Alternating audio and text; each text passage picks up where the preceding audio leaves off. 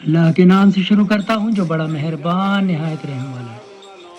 اور اے رسول صلی اللہ علیہ وسلم وہ دن یاد دلاؤ جس دن خدا سب لوگوں کو جمع کرے گا اور شیاطین سے فرمائے گا، اے گروہ جنات، تم نے تو بہتر آدمیوں کو بہکا بہکا کر اپنی جماعت بڑی کر لی، اور آدمیوں سے جو لوگ ان شیاطین کی دنیا میں دوست تھے کہیں گے، اے ہمارے پالنے والے، دنیا میں ہم نے ایک دوسرے سے فائدہ حاصل کیا اور اپنے کیے کی سزا پانے کو جو وقت تو نے ہمارے لیے معین کیا تھا، اب ہم اپنے اس وقت قیامت میں پہنچ گئے۔ خدا اس کے جواب میں فرمائے گا، تم سب کا ٹھکانہ جہنم ہے اور اس میں ہمیشہ رہو گے، مگر جسے خدا چاہے نجات دے، بے شک تیرا پروردگار حکمت والا واقف کار ہے۔ اور اسی طرح ہم بعض ظالموں کو بعض کا ان کے کرتوتوں کی بدولت سرپرست بنائیں گے۔ پھر ہم پوچھیں گے کہ کیوں اے گروہ جن و انس، کیا تمہارے پاس تم ہی میں کے پیغمبر نہیں آئے جو تم سے ہماری آیتیں بیان کریں اور تمہیں تمہارے اس روز قیامت کے پیش آنے سے ڈرائیں؟ وہ سب عرض کریں گے، بے شک آئے تھے، ہم خود اپنے اوپر اپنے خلاف گواہی دیتے ہیں۔ واقعی ان کو دنیا کی چند روزہ زندگی نے انہیں دھوکے میں ڈال دیا اور ان لوگوں نے اپنے خلاف آپ گواہی دی کہ بے شک یہ سب کے سب کافر تھے۔ اور یہ پیغمبروں کا بھیجنا صرف اس وجہ سے ہے کہ تمہارا پروردگار کبھی بستیوں کو ظلم زبردستی سے وہاں کے باشندوں کو غفلت کی حالت میں ہلاک نہیں کرتا، اور جس نے بھلا یا برا کیا ہے اس کے موافق ہر ایک کے درجات ہیں، اور جو کچھ وہ لوگ کرتے ہیں تمہارا پروردگار اس سے بے خبر نہیں، اور تمہارا پروردگار بے پرواہ رحم والا ہے۔ اگر چاہے تو تم سب کے سب کو دنیا سے اڑا لے جائے اور تمہارے بعد جس کو چاہے تمہارا جانشین بنائے،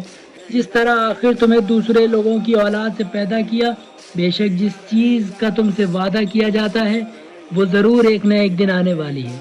اور تم اس کے لانے میں خدا کو عاجز نہیں کر سکتے۔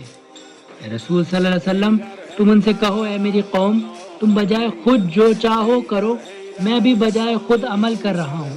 پھر ان قریب تمہیں معلوم ہو جائے گا کہ دار آخرت بہشت کس کے لیے ہے، اور تمہارے لیے یا ہمارے لیے، اور ظالم لوگ تو ہرگز کامیاب نہ ہوں گے۔ اور یہ لوگ خدا کی پیدا کی ہوئی کھیتی اور چپائیوں میں سے حصہ قرار دیتے ہیں اور اپنے خیال کے موافق کہتے ہیں کہ یہ تو خدا کا حصہ ہے، اور یہ ہمارے شریکوں کا، یعنی جن کو ہم نے خدا کا شریک بنایا، اور پھر جو خاص ان کے شریکوں کا ہے وہ تو خدا تک نہیں پہنچنے کا،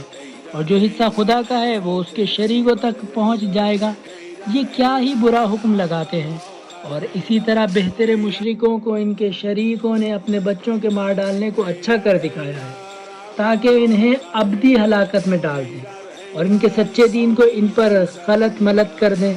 اور اگر خدا چاہتا تو یہ لوگ ایسا کام نہ کرتے۔ تو اے رسول صلی اللہ علیہ وسلم، ان کو اور ان کی افطرہ پردازیوں کو خدا پر چھوڑ دو۔ اور یہ لوگ اپنے خیال کے موافق کہنے لگے کہ یہ چوپائے اور یہ کھیتی اچھوتی ہیں، ان کو سوا اس کے جسے ہم چاہیں کوئی نہیں کھا سکتا۔